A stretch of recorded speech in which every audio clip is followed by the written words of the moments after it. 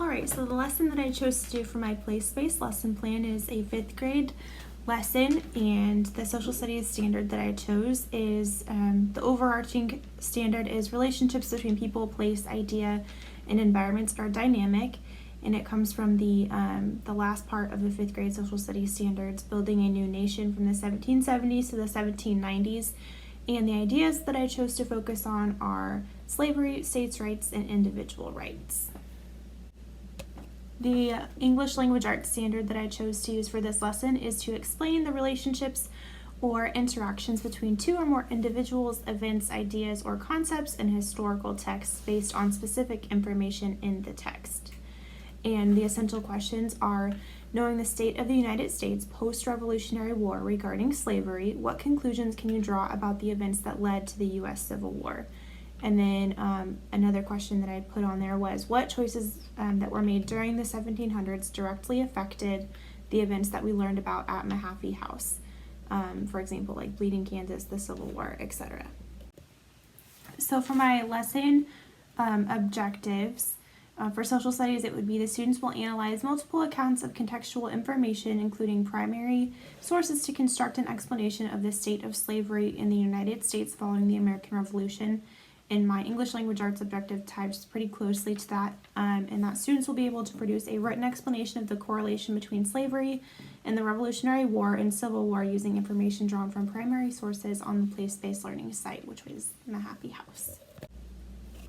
So my lesson plan is a little bit unique because I really wanted to utilize the Mahaffey House as the site for the place-based learning, because I think that there's a lot of really cool things that can be done there and a lot of connections that can be made to history and to social studies across the standards. However, for 5th grade standards, because they're a little bit more specific than K through 4th, I had to kind of search a little bit to figure out how to connect it in a relevant way. So I decided on focusing on how slavery is connected between the Revolutionary War, where the 5th grade standards leave off, and kind of rebuilding America, and how that connects to the events that lead up to the Civil War in the 1850s.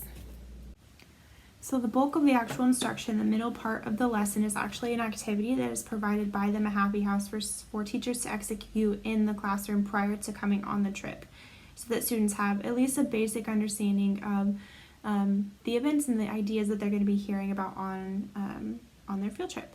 So the activity is basically set up to mimic the first Kansas territorial election, and it's really neat. You divide your class into two groups. One acts as Kansas and one is Missouri. And without going into too much detail for time's sake, it basically sets it up just like that, so that students are feeling the unfairness of, hey, why did the Missouri side get more votes? Why is this not fair? And they do it in a way that the thing that the students are voting on is whether Kansas students should be able to use their iPads at school or not. So it's an issue that hits close to home for them. So it's really relevant, and it sets that up super nicely. And again, that ties really well into slavery, which is the idea that we're really using as our key connecting point.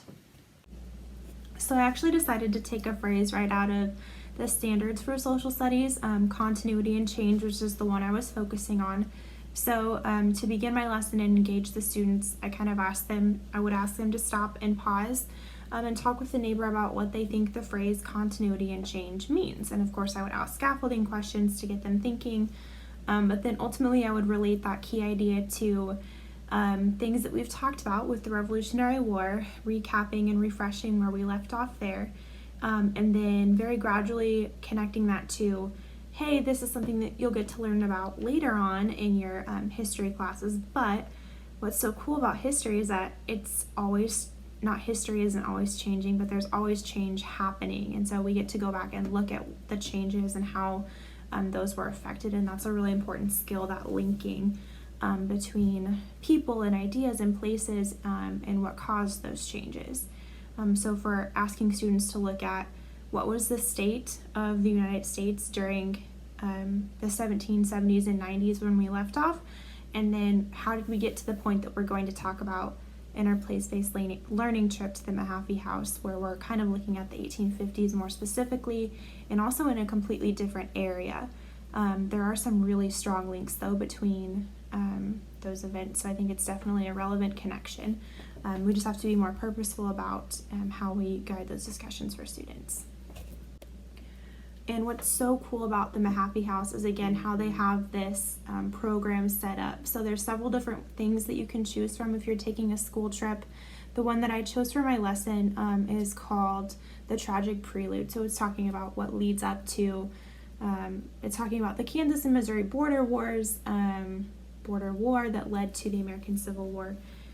So there's very specific things that they walk through on the trip. They get to see Civil War artillery drilling. They get to write letters home using a real ink pen. They get to see what a camp looked like for a Civil War soldier. And they also get to enjoy a stagecoach ride, which is pretty fun for them to be very much put into the middle of what life was like, but also to be making those very important connections while they're doing it. So they're seeing this is what it was like, and this is how things had changed since we last talked about them. And some things hadn't changed, and those will be important discussions to have as well. After the field trip is when the end of the lesson would happen, which is also my assessment. So essentially I would remind them how the Treaty of Paris ended the Revolutionary War, but we know that everything was not magically fixed at that point. Lafayette said that humanity has won its battle, liberty now has a country. Now that we know the state of the country 100 years after the Revolutionary War, consider the quote from Alexander H. Stephens, away with the idea of getting independence first and looking for liberty afterwards. Our liberties, once lost, may be lost forever. So I would have those two quotes there and that information with it, and then my discussion point would be to talk about the issue of slavery and individual rights that these two quotes discuss from the two different wars. And that would kind of be what I would assess. I would have different criteria for assessing that, the way that students tie those ideas together and relate them back to one another. And that is my place-based lesson.